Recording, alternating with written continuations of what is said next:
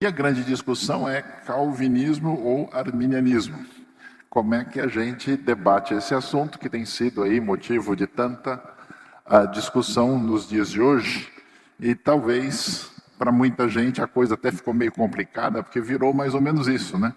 Um conflito teológico. Aí nós temos o Johnny Calvin contra o Jake Arminius, e parece que muita gente, em vez de estudar e conhecer o assunto, mais entra numa relação de conflito do que qualquer outra coisa.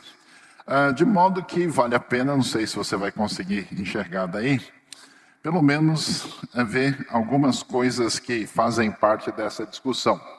Dentro da tradição das igrejas que vieram da Reforma, nós temos a tradição luterana, que em grande parte tem uma certa sintonia com os ensinos de Calvino, e a reação de Armínio posterior, do famoso teólogo holandês, Lutero alemão, Calvino francês, Armínio holandês. E as discussões sobre a maneira de entender a maneira como a salvação acontece envolve o arbítrio humano, a eleição, a justificação, a conversão e a preservação do salvo e a questão que está envolvida com a apostasia.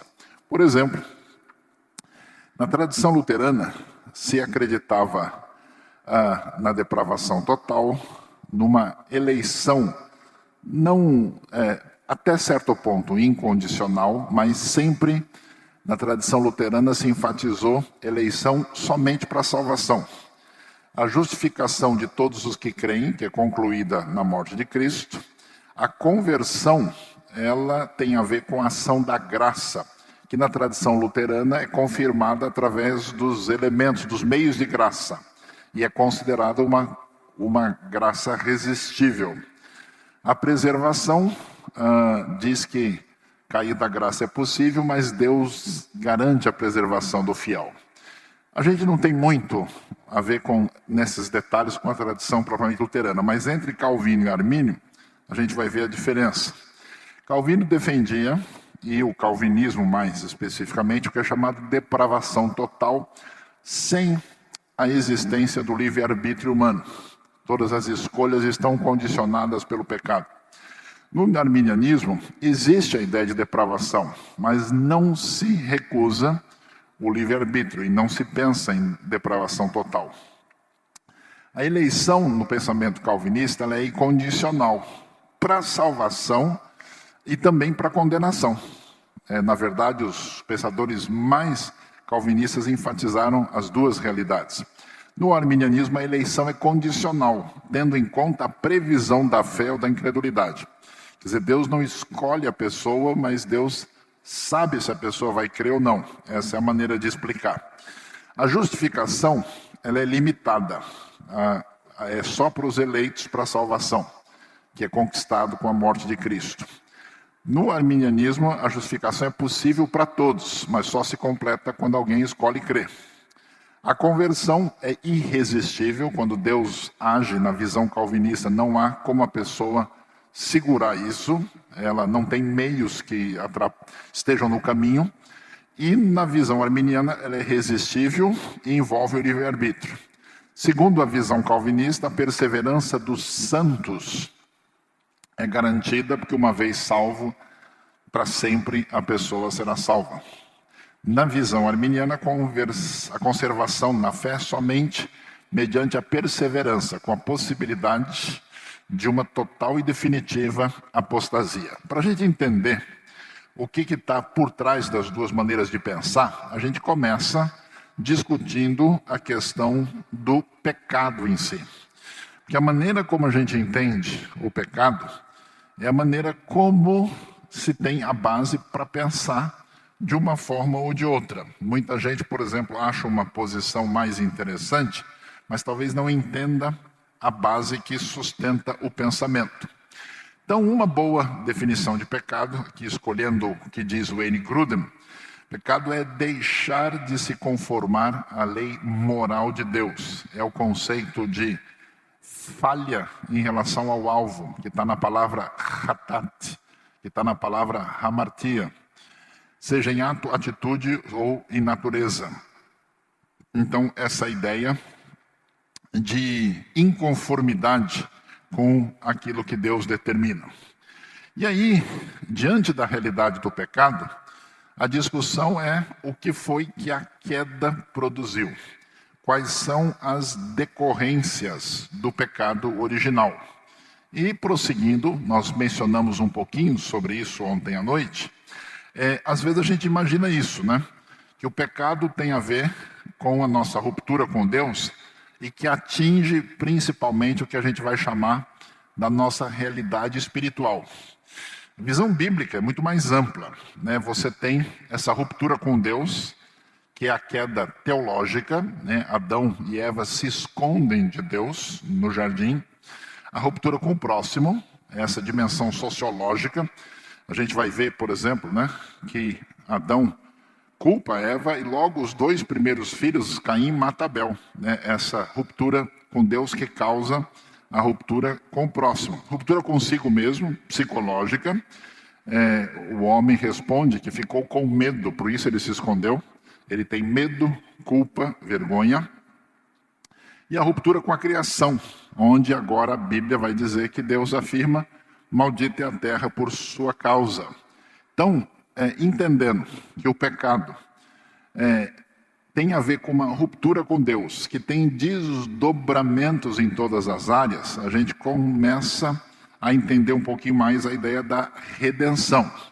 E a ideia do pecado é forte, tanto é que Romanos vai dizer que a salvação é absolutamente necessária porque a condição humana é crítica.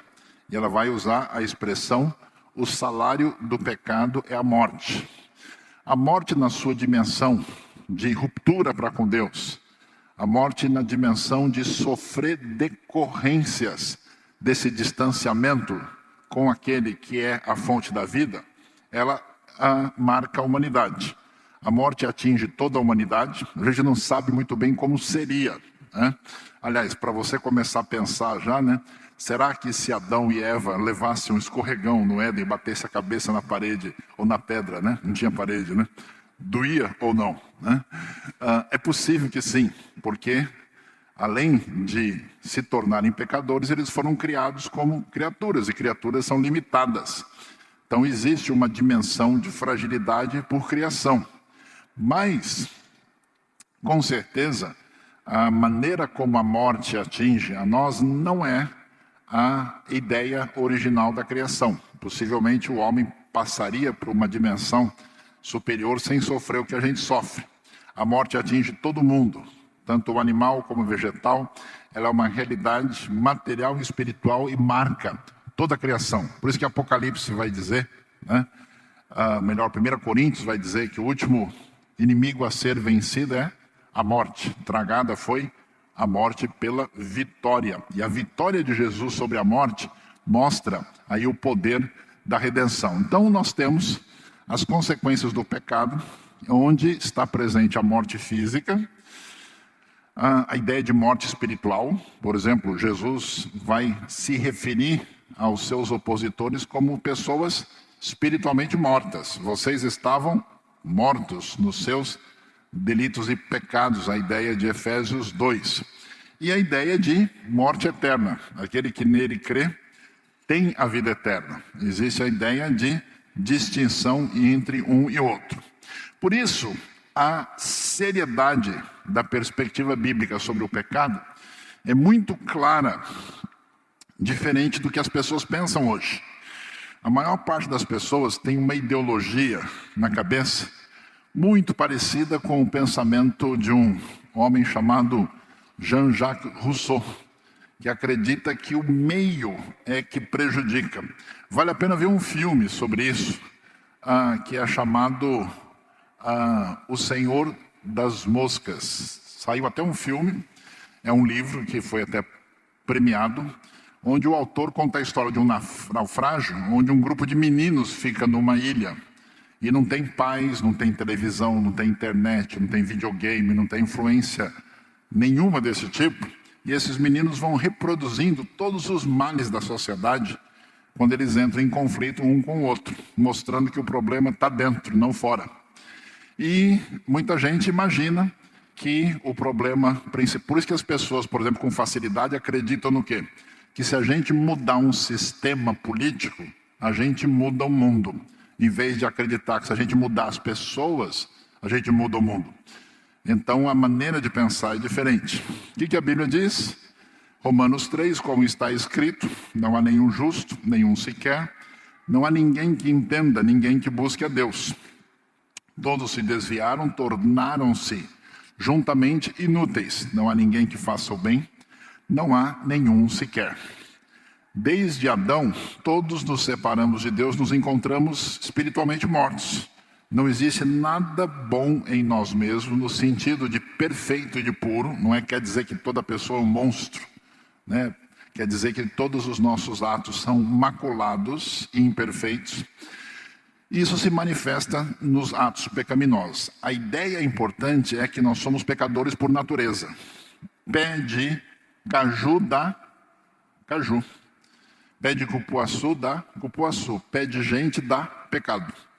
A pessoa é pecadora não porque comete pecado. Ela comete pecado porque é pecadora, porque tem a sua inclinação para o mal, aquilo que a tradição judaica chama de Yetzer Hara, inclinação para o mal.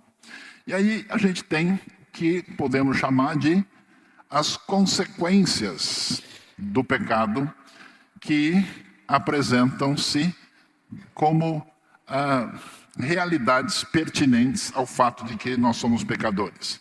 Nós temos a culpa, e isso culpa não só no sentido psicológico, culpa no sentido jurídico. A pessoa é passível de julgamento. A corrupção, quer dizer, a própria prática da maldade e do erro em si. A fraqueza, a fragilidade humana decorrente do pecado e a incapacidade, principalmente, de fazer o bem. E aí é interessante como é que essas coisas são entendidas na história do pensamento teológico. Olha lá, nós temos duas ideias aqui importantes. Existe na Bíblia uma ideia difícil de entender hoje, porque hoje nós somos frutos de uma sociedade que aprendeu a pensar no indivíduo como isolado. Por isso que tem tanta gente hoje que se acha cristão sem pertencer à igreja. Daqui a pouco ele toma a ceia do Senhor pelo Facebook, né? Faz o barulhinho lá e ele já participou. Essa ideia não faz nenhum sentido, né? Na Escritura Sagrada, você sempre pertence à comunidade. Por isso, na verdade, existe uma ideia, que é essa ideia de corpo, essa ideia de solidariedade, que todos nós estamos em Adão. Por isso, aquele negócio que o pessoal fala, bom, Adão pecou, é problema dele, não tem nada a ver com isso. Eu não estava lá, nem trabalhava com fruta na época, o que eu tenho a ver com isso? Então, a ideia é que a culpa é herdada, porque somos considerados culpados por causa do pecado de Adão. É estranho para a gente isso, né? Porque a gente não entende que os nossos atos, na verdade, não são unicamente particulares e individuais, eles fazem parte de uma comunidade. Tudo que uma pessoa faz envolve todos os outros. Por isso, a ideia é que o nosso primeiro pai falhou, toda a família está envolvida nisso. A corrupção herdada. Temos uma natureza pecaminosa por causa de Adão. Não só culpa, mas nascemos como uma disposição indevida, que é chamada disposição para o pecado. É por isso que uma criança pequena logo aprende a dizer não, rapidinho, ninguém precisa ensinar. Logo ela morde o dedo do outro.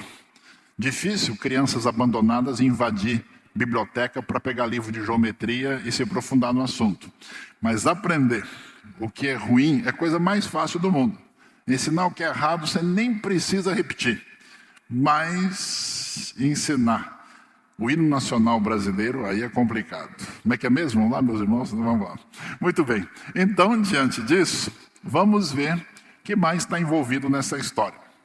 A questão de entender o pecado nos leva à discussão do problema do mal. O que é o problema do mal?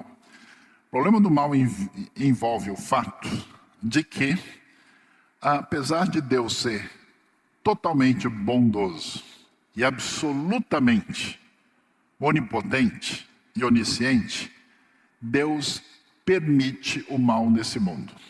Mal em que sentido? Tanto em termos de sofrimento, às vezes sofrimento aparentemente injustificado, e também Deus permite a rebelião dos seres criados contra Ele. Então existe uma atuação humana e angelical contra Deus. E como é que a gente entende esse aspecto? É um dos grandes mistérios da fé. A maneira como a gente entende é que Deus permite o mal porque Ele criou seres com liberdade. Seres que puderam dizer não para Deus. Não que o mal fosse um reino separado que existe por si só. As pessoas, quando se voltam contra Deus, quando desobedecem a Deus ou saem fora desse parâmetro, elas fazem a realidade do mal presente. O mal é igual a ferrugem, que dá no ferro, né? Se você não tem ferro, não pode ter ferrugem. O mal sempre é negação ou corrupção do bem. Por causa disso, nós vamos reconhecer que, inicialmente, na criação, Deus cria um ser humano com liberdade, com arbítrio. Ao mesmo tempo, Deus é soberano. E ao mesmo tempo existe o sofrimento e o pecado no mundo. A pergunta é como é que esses três se equilibram para a gente entender o assunto. Então é muito valioso entender que Deus é descrito na Bíblia, é apresentado como um Deus completamente soberano. Às vezes eu vejo pessoas falando coisas sobre Deus e logo a gente percebe que o que ele pensa sobre Deus é muito diferente do que a Bíblia diz sobre Deus. Tem uma outra ideia. Algumas pessoas não imaginam que Deus seja Deus, então acham que vão, por exemplo, colocá-lo na parede para obrigá-lo a dar uma resposta satisfatória para a intelectualidade humana. É como a formiga querendo brigar com o elefante e chamando, para disputar a coisa diretamente. Então, a soberania de Deus na Bíblia é absoluta. Nada pode definir limites para Deus, nem pode surpreender a Deus. Ao falar de Deus, fica claro que Deus é Deus. Como Deus é o ser soberano e absoluto do universo, nosso universo, na Escritura, é por natureza teocêntrico. Não dá para construir um pensamento, qualquer que seja, se você tirar o fato de que Deus é soberano e é Deus de verdade. Como é que a Bíblia define o ser humano? Apesar do homem apesar do pecado e de vários fatores limitadores, o homem é, em certo sentido, livre. Ou seja, você escolhe. Você quer suco de manga ou de cupuaçu? A pessoa vai lá e decide. O ser humano é responsabilizado e é considerado culpado exatamente porque ele tem condição de dizer sim ou não. Ele tem condição de tomar decisões. Em que medida essas decisões são completamente livres é uma discussão. Mas, num certo sentido, o ser humano tem liberdade. Por quê? Porque ele foi criado à imagem de Deus e é capaz de fazer escolhas, e por isso ele é chamado a crer no Evangelho. Mas também, ao mesmo tempo em que ele é visto como responsável e como convidado a abrir o coração para o Evangelho, num certo sentido ele é visto também como escravo do pecado. Ele é descrito no Novo Testamento como um morto-vivo, uma espécie de zumbi. O homem não pode crer, conforme várias passagens, sem a ação especial da graça de Deus em sua vida. Várias vezes Jesus vai dizer isso para os religiosos do seu tempo, que eles não podiam crer porque estavam sem essa alternativa da ação de Deus em sua vida em função da dureza dos seus corações. Mas, apesar disso, fica claro que ele vai sofrer as consequências da rejeição do Evangelho. E, finalmente, nós temos a discussão do problema do mal, que deve ser claro que, mesmo sendo soberano, Deus não é o autor do pecado. Isso é muito importante. Deus a ninguém tenta e não pode ser tentado pelo mal. Ah, pastor, mas eu li aqui na minha Bíblia, uma versão antiga que eu tenho, que em Isaías 45, verso 7, diz que Deus cria o mal. Então está escrito aqui que ele criou o mal. Pois é, mas você não entendeu direito. Porque a palavra mal tem dois sentidos básicos absolutamente diferentes. Um é mal pecado, o outro é mal sofrimento. Então, por exemplo, Deus muitas vezes cria e traz sofrimento. Claro, o Senhor tem o seu caminho na tormenta, e as nuvens são os pós dos seus pés. Deus enviou, por exemplo, permitiu o sofrimento na vida de diversos dos seus servos. Mas em nenhum lugar a Bíblia diz que Deus é o autor do pecado. Deus permite que seres humanos e angelicais se voltem contra ele, mas ele não é autor. Criar o mal não quer dizer que Deus peca, né? Arrependeu-se o Senhor do mal que haveria de trazer sobre Nínive. Arrependeu-se quer dizer, Deus mudou a maneira como traria sofrimento sobre Nínive, e não do pecado que faria contra Nínive. É muito diferente, muito importante entender isso. Ele decretou que o mal surgiria e que será, no final, usado para a glória de Deus. Satanás, por exemplo, não é visto como um Deus do mal. É um espírito rebelde, sob o controle de Deus, cujas ações, no final das contas, ainda redundarão para a glória do Deus Todo-Poderoso. Assim, nós vemos que seres pessoais finitos são capazes de escolha real, no sentido de dizer sim ou não. E aí, diante dessa introdução, que talvez mais atrapalhou a sua cabeça do que ajudou, né? Não sei se você foi escolhido para ouvir essas palavras difíceis ou foi decisão sua vir ouvir isso aqui hoje. Mas a questão é a seguinte: a soberania de Deus, que é o ponto de partida mais valioso para a tradição calvinista, ela é verdade, é ensinada em toda a Bíblia. Em toda parte você vê uma ideia clara que Deus é soberano e todo-poderoso e onisciente. Surgiram umas ideias estranhas aí, um tempo atrás, dizendo, por exemplo, que acontecia um terremoto e as pessoas morriam, e a explicação era que Deus não sabia que ia acontecer o terremoto, que ele tinha deixado o seu atributo de onisciência em stand-by, funcionando, né, no modo diferente, né? Precisava dar um shift F3, shift F5 para ver se a coisa volta. E eles tentaram sugerir isso, por isso que Deus não é culpável, porque nem ele não está sabendo. Ele não entrou no site do UOL, sei lá, não ouviu notícias da CNN ou qualquer outra, né?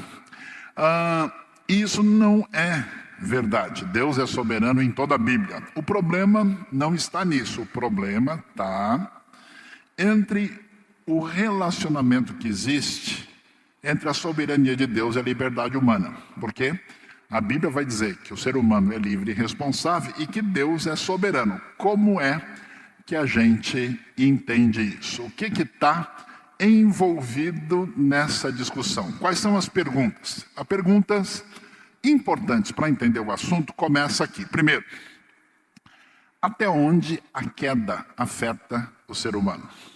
Quando a gente diz que o ser humano é pecador, quer dizer o quê?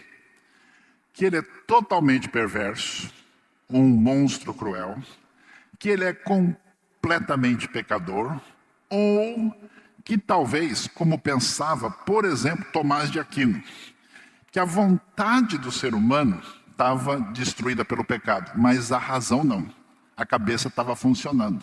Ou como pensam, talvez, grande parte dos evangélicos brasileiros, muito diferente da Bíblia, que acha que o pecado está no corpo e que o espírito é a parte boa. Conheço gente que, inclusive, quando tenta fazer qualquer coisa assim para prejudicar o corpo, acredita que está vencendo o pecado, porque na parte do espírito não tem pecado e na parte do corpo tem, que é uma ideia completamente pagã. Então, a pergunta é até onde a queda afeta a gente. Porque se a gente imaginar que a queda, por exemplo, não influenciou a nossa vontade, por exemplo, quer dizer que a nossa capacidade de escolha está funcionando perfeitamente. Se ela não atrapalhou muito a nossa razão, a nossa compreensão das coisas é a mesma no tempo de Adão e agora. Quando caiu, a pergunta é o quanto quebrou. O que sobrou? O que não foi atingido? Segunda pergunta é se a gente é capaz de fazer o bem. E se faz o bem, em que sentido? Quando a Bíblia diz, né, não há nenhum justo, nenhum sequer, todos nos corrompemos, não há quem faça o bem. O que quer dizer isso? Quer dizer que toda mãe, quando dá mamar para o nenê, é um monstro? É isso ou não? O ser humano faz o bem? Se não faz, como é que a Bíblia diz que Cornélio, as suas esmolas e orações tinham subido diante de Deus antes dele ser convertido? Como é que funciona isso? A gente faz o bem, podemos fazer o bem socialmente, podemos fazer coisas virtuosas, talvez nós não a façamos perfeitamente dentro daquilo que é a exigência divina. Talvez a ideia seja que os nossos atos são maculados e imperfeitos. Terceiro, temos livre-arbítrio? Temos capacidade de escolha real? Ou as nossas escolhas, dois pensamentos vão numa direção. O que a gente chama de determinismo. Existe a ideia do determinismo religioso, em que a pessoa não é capaz de fazer nenhuma escolha, tudo está definido. Tinha uma famosa música que fez sucesso no Brasil há 2 décadas atrás, que dizia, nosso amor estava escrito nas estrelas, estava assim. Esse é o raciocínio da astrologia, é o raciocínio do pensamento mágico, raciocínio presente no islamismo, que as coisas estão como cartas marcadas. Agora, no acidente do avião que aconteceu na Colômbia, vários lugares eu li a frase, não, já estava marcada a hora deles chegarem no ponto final da vida. Já era. Aí outros falam, não, eles é que escolheram, e essa é a discussão. Ou a gente tem, existe o outro raciocínio, que é o raciocínio de determinismo mais secular, que diz que você, na verdade, não tem escolha. As suas escolhas são produzidas pelos seus traumas psicológicos, pela sua biologia, pelo meio em que você viveu. Na verdade, você acha que escolheu, mas você é um dado viciado. Toda vez que joga, cai um. Toda vez que joga, é a mesma coisa, porque sendo assim, não há o que fazer. A Bíblia não trabalha nessa direção. O ser humano é responsável, tem escolha, mas a pergunta é até que ponto nossas escolhas, de fato, são escolhas que podem ser chamadas de arbítrio livre. Deus escolhe alguém para a salvação ou não? Como é que funciona isso? A gente é que decide ou Deus que põe o nome antes, se você só entra na fila depois de Deus determinar? São perguntas fundamentais. O que é eleição e predestinação? Se a Bíblia fala que Deus escolheu, até Efésios 1 diz que ele predestinou. O que quer dizer isso?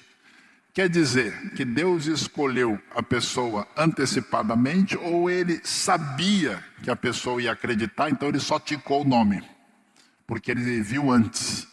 Quem é que decide a parada? A graça de Deus pode ser resistida? Quando Deus quer agir na vida de uma pessoa, ela de fato pode dizer não? Judas poderia se converter? O apóstolo Paulo tinha condição de negar o evangelho na hora em que ele está na estrada de Damasco e vê a grande luz? Como é que funciona isso? Por quem Cristo morreu? Talvez nem todo mundo saiba disso. O pensamento mais calvinista vai dizer que Cristo não morreu por todos. Morreu somente pelos salvos, pelos eleitos. Por quê? Porque se Cristo morresse por todos e todos não viessem a se converter, isso quer dizer que a morte de Cristo não foi eficiente, não foi eficaz. Como assim? Cristo tem um grande uma grande perda em relação ao que ele fez. Então, a afirmação é que Cristo morreu só pelos eleitos. Já a tradição arminiana diz, não, Cristo morreu por todo mundo.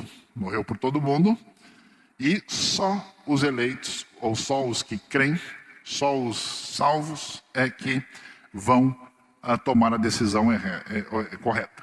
Portanto, a discussão é se a expiação é limitada, ou seja, se essa morte de Cristo se estende só aos eleitos ou se estende a todos. Aliás, continuando, o que é a salvação? Salvação, como é que é essa história? Você foi salvo?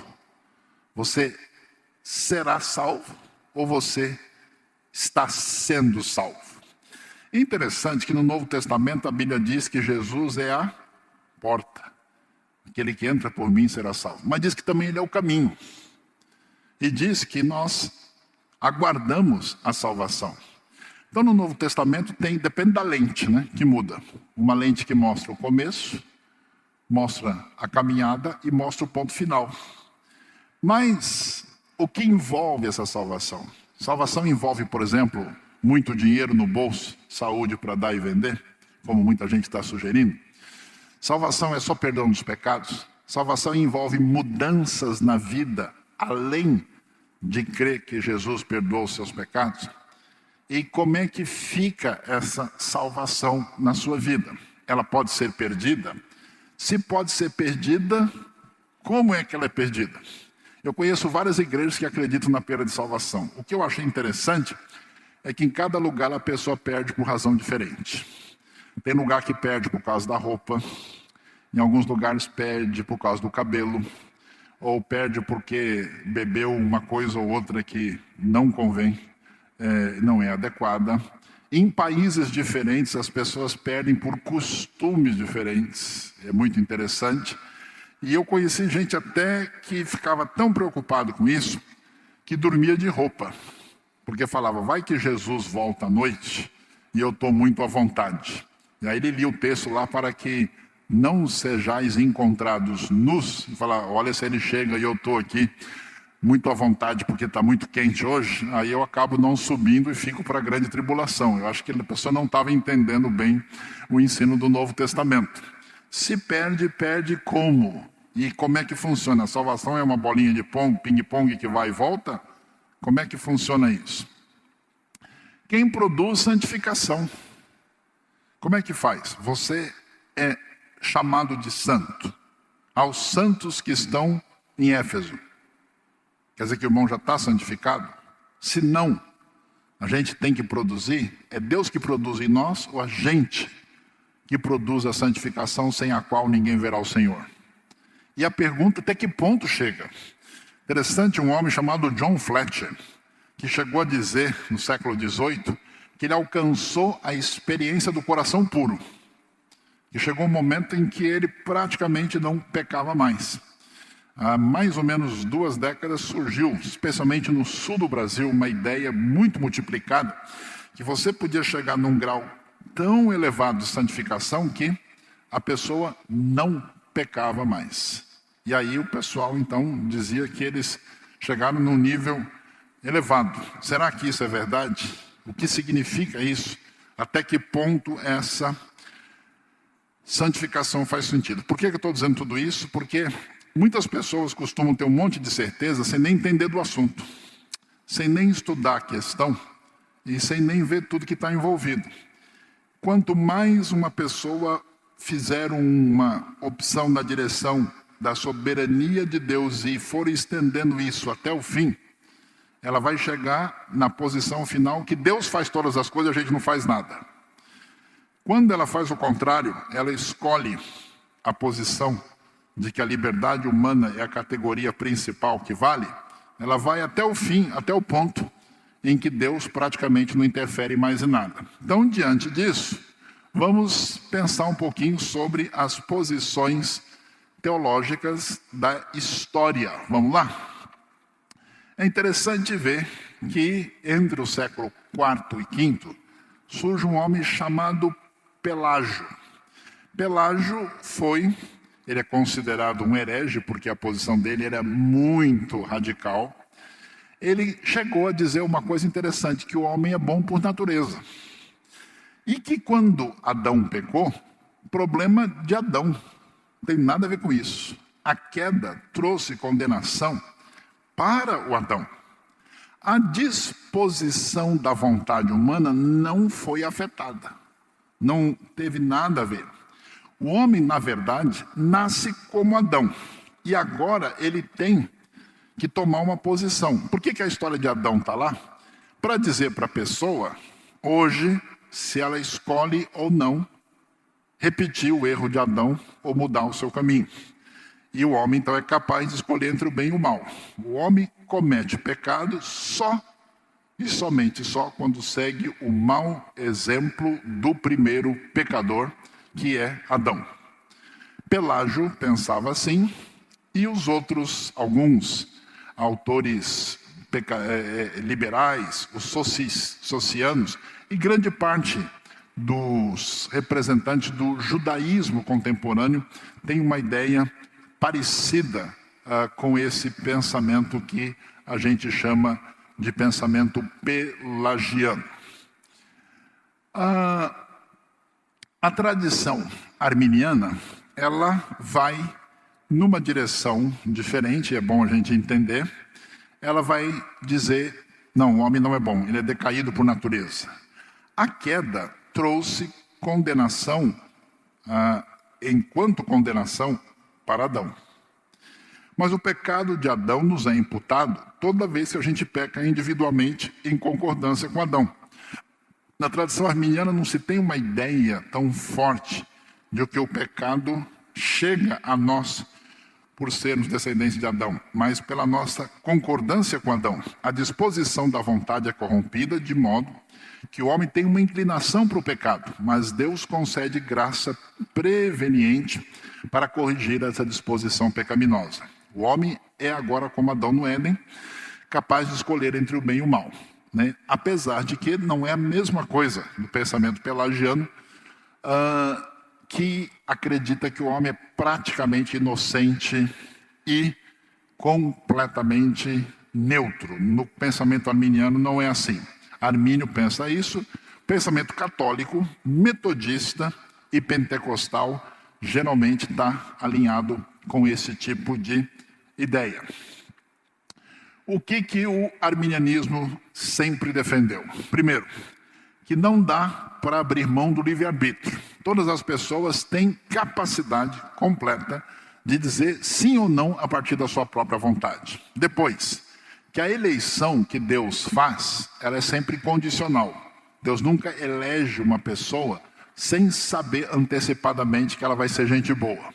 A eleição é com base em condições. A expiação foi estendida para todo mundo, ela é universal. Alguns arminianos radicais, inclusive, caminharam na direção de universalismo. A graça de Deus pode ser resistida. Deus pode bater, e a pessoa diz não, e acabou. Deus não vai forçar ninguém. E é possível cair da graça. Por isso que a tradição arminiana sempre desenvolveu igrejas que acreditam muito na perda da salvação. O interessante, e é bom te dizer isso aqui, que os únicos que estão em todas as posições são os batistas. Porque onde há 2 batistas reunidos, há pelo menos 7 opiniões diferentes. Os irmãos sabem a história do náufrago batista, que pegou o navio afundou, e ele sobreviveu, nadou, chegou numa ilha, e ficou sozinho na ilha. E ele ficou lá, ficou 3 meses. Depois de 3 meses, ele fez lá umas fogueiras, passou um barco, viu, achou o homem. Chegaram lá, ele tinha construído 3 igrejas. E aí falaram, o que aconteceu aqui? Eu falei, não, tá vendo? Essa igreja aqui que eu fiz é a minha. É a primeira igreja batista da ilha. Aqui a gente é tradicional, só canta cantor cristão. Aqui a coisa funciona assim, né? O culto vai ser do jeito que eu sempre aprendi. Mas que eu não quero ser muito radical, e alguém pode pensar diferente, então eu fiz uma outra, porque vai que chega um pessoal, né, que tem aquele coisa, gosta mais de cântico, a igreja é um pouquinho mais aberta, então eu não quero ser tão fechado, então eu fiz essa para os outros que chegassem aqui e quisessem uma segunda opção. Não, tudo bem, então essa aqui é a sua, aquela é outra mais aberta, e aquela terceira, essa terceira nem vou falar para você. Essa é um absurdo, eu não vou nem entrar nessa igreja. Mas ele já tinha construído. Então, a coisa é mais ou menos assim. Você tem posições variadas, existem batistas muito arminianos e muito calvinistas. Segundo os arminianos, é possível cair da graça. É interessante que talvez nem todo mundo saiba que a referência que influencia o pensamento de Calvino vem de Agostinho. Agostinho ensinava que o homem é decaído por natureza. A própria vida dele talvez ajudasse a pensar assim. A queda trouxe condenação e culpa a todos os homens. A disposição da vontade está totalmente corrompida e inclinada para o mal. O homem até tem um certo livre-arbítrio, mas este é governado pela natureza pecaminosa. Ele até faz escolhas, mas a escolha sempre é para o lado errado. Ele sempre dá a seta para o lado que ele não vai entrar. O homem, alguém foi abençoado aí, né? O homem peca por ser pecador. Agostinho, então, é a base desse pensamento que vai crescer na Reforma. E nós temos, junto com ele, Anselmo, Lutero, Calvino e alguns conhecidos do nosso mundo hoje, como Jonathan Edwards, R.C. Sproul, Charles Ryrie, que são autores muito conhecidos já em português. E aí a tradição calvinista desenvolveu isso que vocês estão vendo, que é chamado de tulip, que é anagrama para a palavra inglesa, que quer dizer tulipa. O que é? Total depravity, depravação total, pecaminosidade completa. Unconditional election, ou seja, eleição incondicional. Deus escolhe por soberania e não pela cara do indivíduo ou por qualquer atitude positiva dele. Limited atonement, quer dizer, expiação limitada, só para os eleitos. Irresistible grace, a graça irresistível. Ninguém que é alvo dessa graça de Deus consegue contê-la. E, finalmente, a perseverança dos santos, dizendo que a pessoa verdadeiramente salva vai acabar chegando lá. A ideia, então, portanto, é que o homem é totalmente decaído. Todos herdaram o pecado de Adão. O homem possui uma natureza pecaminosa. O pecado original decorre da queda. O homem é incapaz de fazer o bem. A depravação total é o ponto de partida do calvinismo. É a base que explica todo o restante. A eleição incondicional, que talvez seja a parte mais difícil para quem tem uma posição diferente, vai dizer que é impossível que o homem escolha Deus. Por quê? Porque ele está totalmente depravado.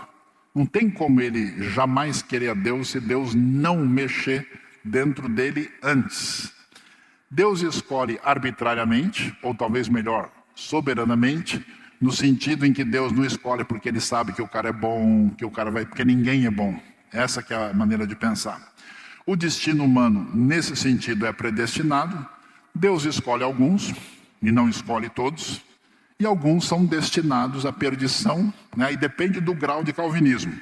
Alguns muito calvinistas vão dizer, não, Deus predestinou o cara para a condenação, para o inferno.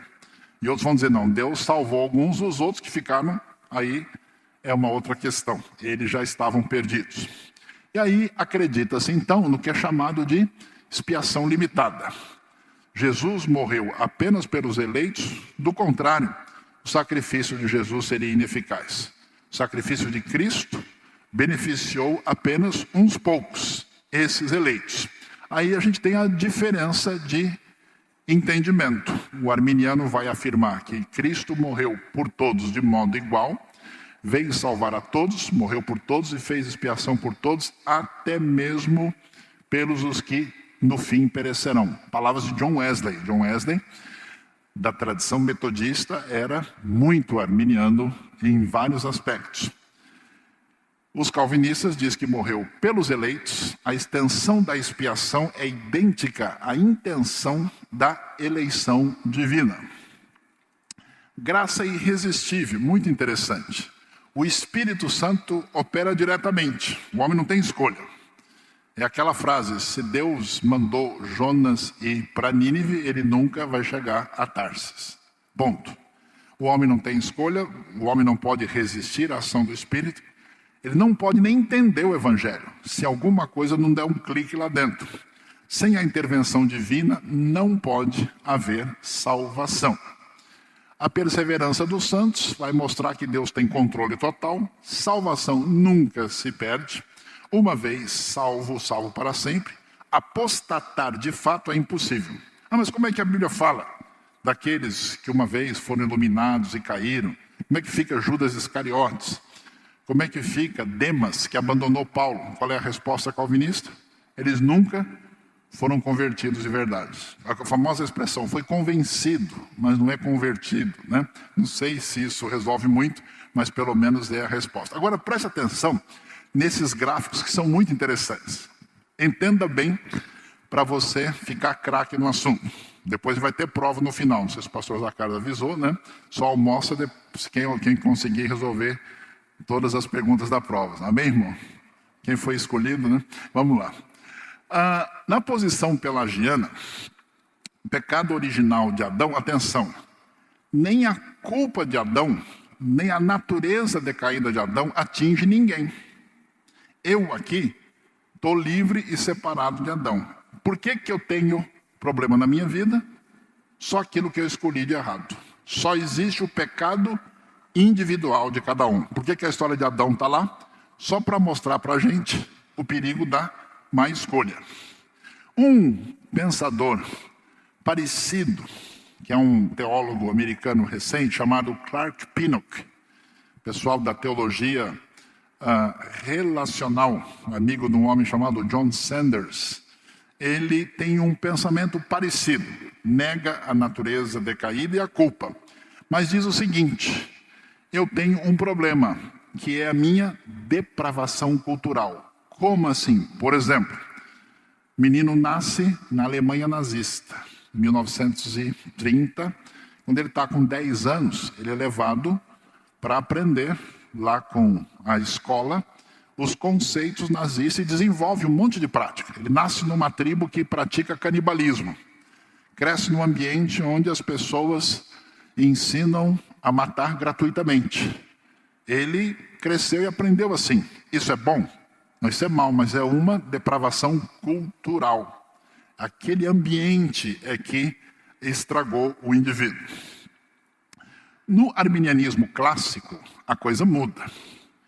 O arminianismo vai concordar que a natureza decaída, né, esse negócio de que o ser humano tem uma inclinação errada, que isso atinge a nós. Mas a culpa de Adão, não.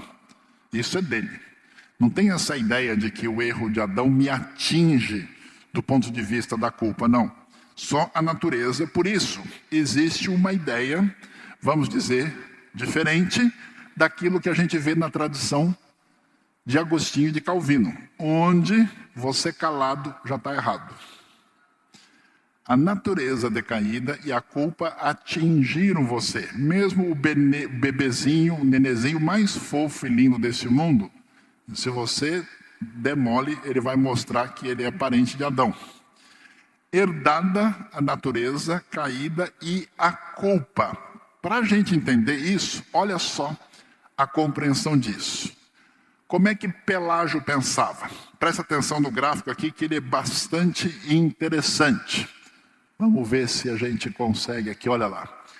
Antes da queda, depois que caiu, redimido e glorificado na vida eterna. Para Pelágio, antes da queda, Adão podia escolher entre o bem e o mal. Caiu.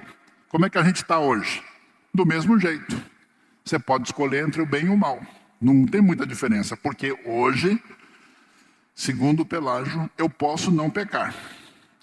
Quando eu creio em Cristo e me torno cristão, qual é a diferença? Nenhuma. Eu continuo sendo alguém que pode não pecar. Então preste atenção. Antes da queda, depois da queda e depois de redimido, não houve nenhuma mudança. Você, na prática, continua fazendo as mesmas coisas.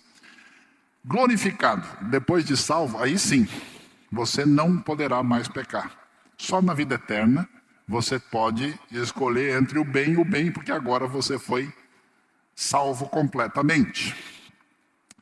Na visão arminiana, a coisa já muda. Antes da queda, eu posso não pecar. Adão podia escolher. Depois da queda, aí a coisa é diferente. Eu posso não pecar, mas com uma limitação muito grande. Porque existe o mal que está em mim, na minha natureza, e diante de mim eu tenho o mal e o bem. Eu posso, dentro da minha natureza caída, tomar decisões melhores. Quando me converto e tenho uma nova natureza, aí sim, eu posso não pecar de maneira mais clara. E somente na vida eterna é que eu tenho a escolha diferente. Na visão agostiniana, que vai ser a visão que vai influenciar o pensamento calvinista, qual é a diferença?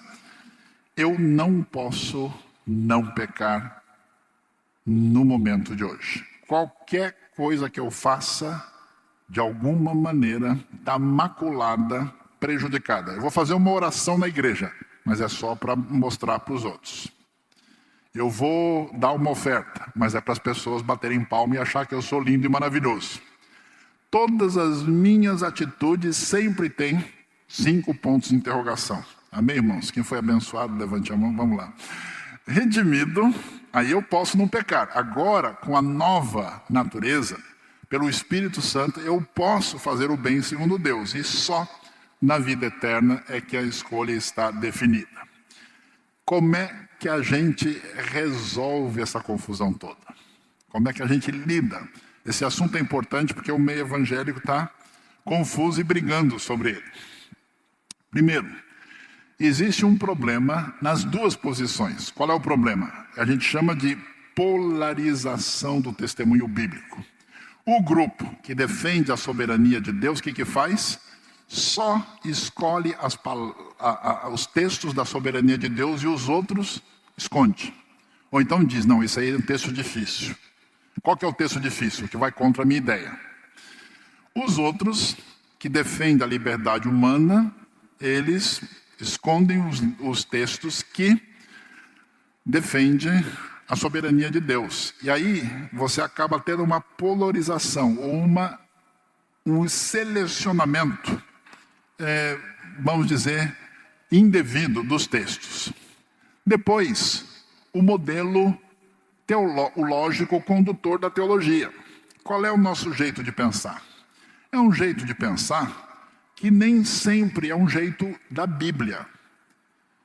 Como é que a gente entende isso? Por exemplo, às vezes, tem pessoas que pegam caixas e querem guardar fruta nessas caixas. Eu já vi o pessoal pegar a caixa de fruta e querer guardar lá dentro murici, cajá. Aí cai tudo, porque a fruta é pequena, né? Fica os buracos lá embaixo, metade da caixa. Porque a fruta não cabe na caixa, mas a pessoa quer pôr na caixa. Ou então ele pega uma jaca, uma melancia, põe na caixa e quebra a caixa. E tem gente que faz a mesma coisa. Ele tem um jeito de pensar que a palavra de Deus tem que entrar, cabendo ou não cabendo. Então, por exemplo, quem é Jesus? Ele é divino ou é humano? Ele é divino e humano. A Bíblia é palavra humana ou palavra divina?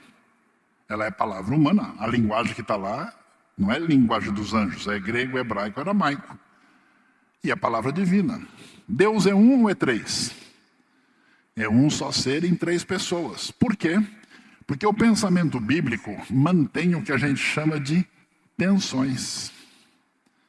E, por exemplo, a santidade de Deus não é o contrário do seu amor. Ah, não, se Deus é bondoso e amoroso, ele não vai condenar ninguém. Ah, se Deus é santo, ele vai arrebentar todo mundo. Por quê?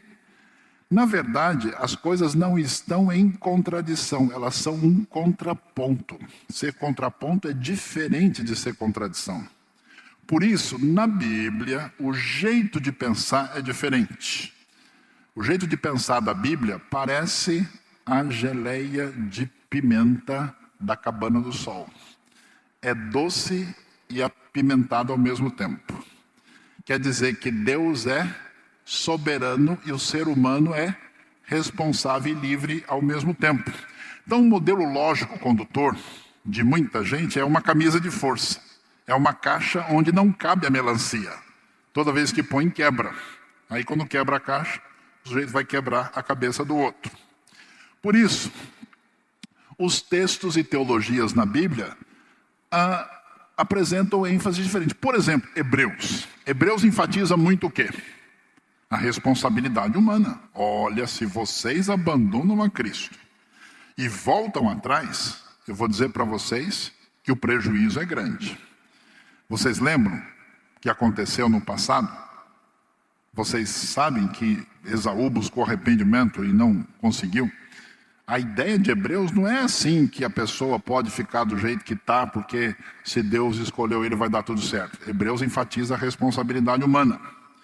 Já o livro de Romanos enfatiza o quê? Muito a soberania de Deus. Não depende de quem quer ou de quem corre, mas de Deus de usar a sua misericórdia. Os textos de Efésios, nós vamos ver também enfatizando a soberania de Deus. O Evangelho de João enfatiza os dois. Que Deus não foi vocês que me escolheram, mas eu os escolhi para que vocês possam ir e dar fruto. Mas a vara, os que permanecem, os ramos que permanecem em mim, esses dão muito fruto. Existe uma ênfase nas duas realidades. No Antigo Testamento, a gente vai ver também que existe ênfase na ação soberana de Deus e ênfase na responsabilidade humana. Quer ver uma coisa interessante? A Bíblia diz que quem foi que endureceu o coração do faraó? Deus endureceu. Versículos abaixo diz o quê? Que o faraó endureceu o seu próprio coração. Quando você crê em Jesus, o que foi que aconteceu? Foi você que abriu o coração? Ou foi o Espírito Santo que convenceu você? Foram os dois. Você não se converteu automaticamente.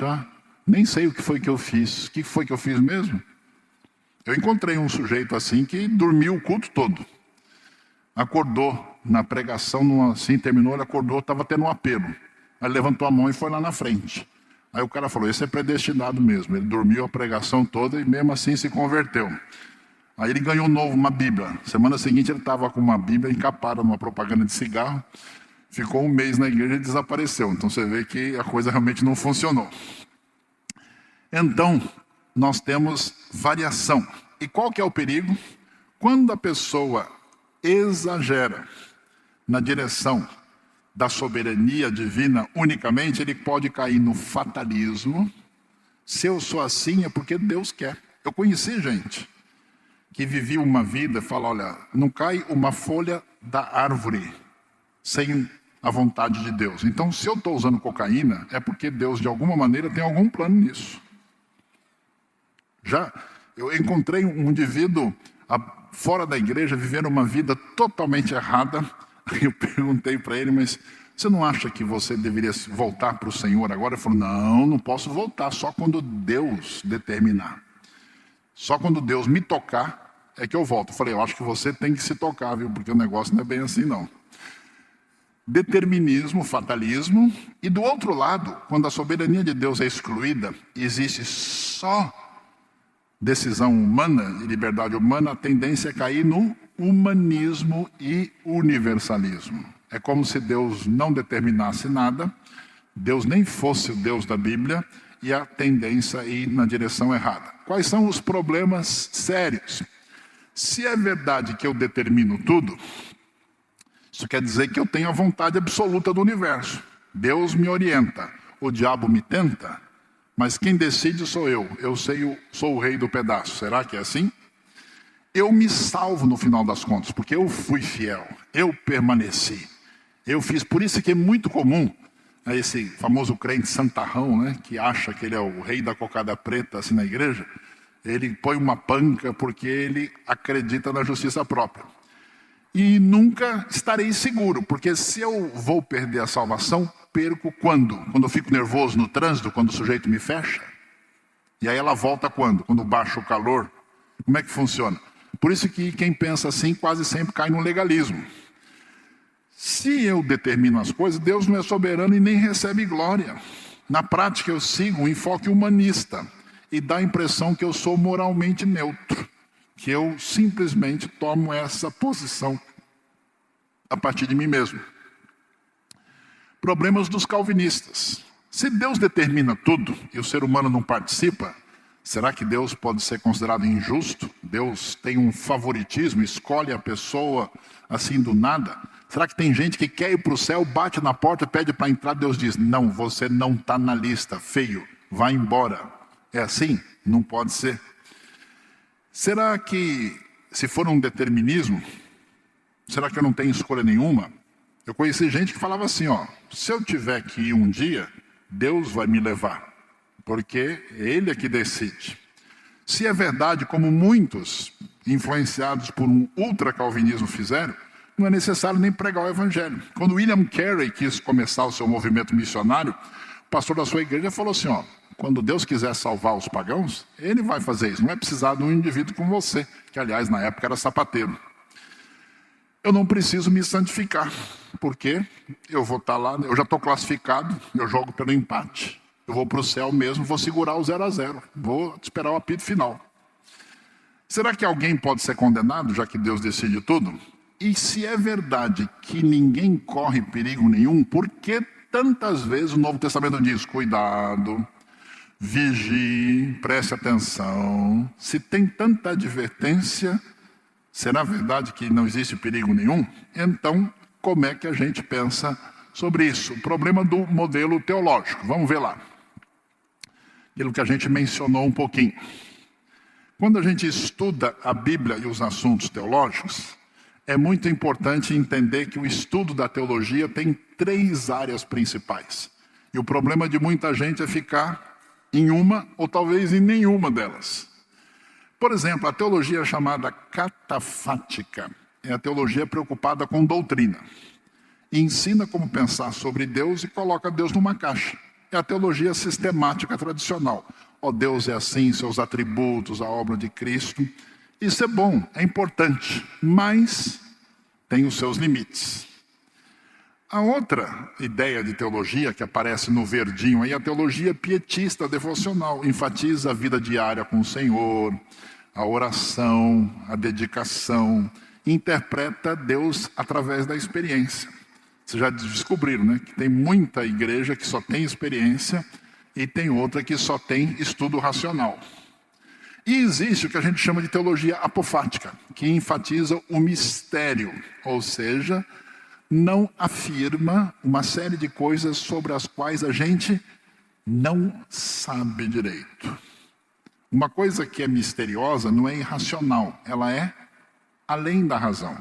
Ela é admirável, é como uma criança contemplando o seu pai e a sua mãe falando coisas que ela não consegue acompanhar. Então, qual que é o problema? O problema é quando a gente pega alguns aspectos que têm a ver com o mistério da fé e quer transformar numa explicação doutrinária simples e limitada. Por isso, o pensamento bíblico é marcado por bastante dialética, onde tese, antítese e síntese formam uma realidade do pensamento que é ensinado na Escritura. O que a gente precisa entender? É necessário, nesse assunto, manter uma posição de equilíbrio. Toda vez que você quiser praticar a teologia do Saci Pererê, que é a teologia de uma perna só, ficar só com um lado, você vai se dar mal. Saci Pererê não bate nem escanteio. Você sabe que é complicado a situação dele. O que a gente tem que entender? Não dá para abrir mão do conceito bíblico sobre a soberania de Deus. Isso é mudar o próprio conceito de Deus. Eu conheço gente tão arminiana que eles de fato chegam ao ponto de dizer que Deus quase que se aposentou, ele não faz mais nada. Não dá para abrir mão de que a salvação é pela fé e pela graça. Amém, irmãos? Senão a pessoa se salva a si mesma. Não dá para abrir mão da responsabilidade humana. Não dá para você cair num fatalismo. Eu conheci um sujeito que dizia, vamos orar? Olha, orar não faz nada. É um jeito de submeter debaixo da soberania de Deus, porque Deus nunca vai mudar nada por qualquer atitude humana. Eu nunca vi isso em nenhum texto bíblico. E não dá para abrir mão da segurança da salvação em Cristo. O que a gente deve fazer? Como é que eu lido com a Bíblia? Eu preciso ler o texto bíblico que eu vou ensinar, que eu vou pregar, que eu vou aprender, fazer exegese e respeitar o texto. Como assim, pastor? Simples. Se eu vou ler Hebreus, não pregue Calvino em Hebreus, pregue Hebreus. O livro foi escrito para produzir advertência e não teologia do século XVI. Se eu vou ler Romanos 11, não pregue Wesley em Romanos 11. O texto foi escrito com outro objetivo: respeite a Bíblia. Não contrabandeie teologia específica para dentro de um texto, fale o que o texto está dizendo. Ah, mas a pessoa vai ter problema. Amém. Quanto mais problemas as pessoas tiverem, mais sérias elas vão se tornar procurando conhecer e se aprofundar na palavra de Deus. A mensagem de Deus não existe para ser um Dorflex espiritual, para as pessoas saírem da igreja, estou calmo agora, estou feliz.